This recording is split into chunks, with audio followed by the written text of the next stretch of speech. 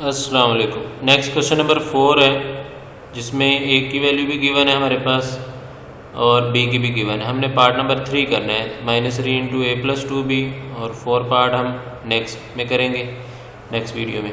तो अभी part number 3 करते हैं हम। तो पहले हम इसको लिख लेते हैं पेज पे, जो हमने फाइंड करना है, -3 इंटू ए प्लस 2b। तो -3 वैसे रहने देते हैं, ए की वैल्यू पुट करते हैं। तो ए की वैल्यू हमारे पास क्या है, 2310 प्लस 2 इंटू बी की वैल्यू पुट करनी है हमने। तो बी की वैल्यू हमारे पास क्या आ रही है, वो हम पुट करते हैं। तो वो आएगी हमारे पास 5, क्या आ गई 5 -4 -2 -1, और आगे ब्रैकेट है तो ब्रैकेट लगा देंगे हम। अब हम इनको सिंप्लीफाई करते हैं।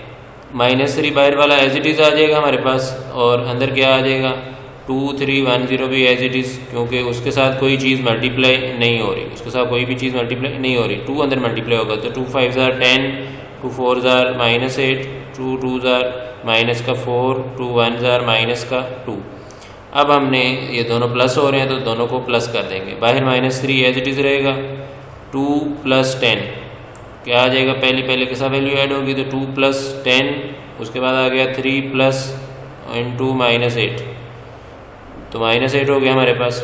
उसके बाद आ गया 1 + माइनस तो 1 -4, इसके बाद 0 + -2, तो वो -2 आ गया हमारे पास। अब जो है वो बाहर -3 एज इट इज़ रहेगा।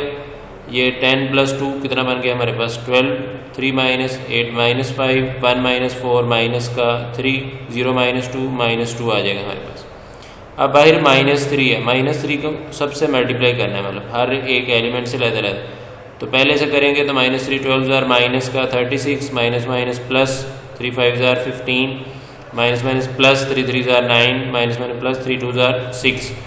तो ये इस तरीके से आप लोगों ने इस क्वेश्चन को सॉल्व करना था। होप कि आप लोगों को ये तरीका समझ आ गया होगा। थैंक यू एंड अल्लाह हाफ़िज़।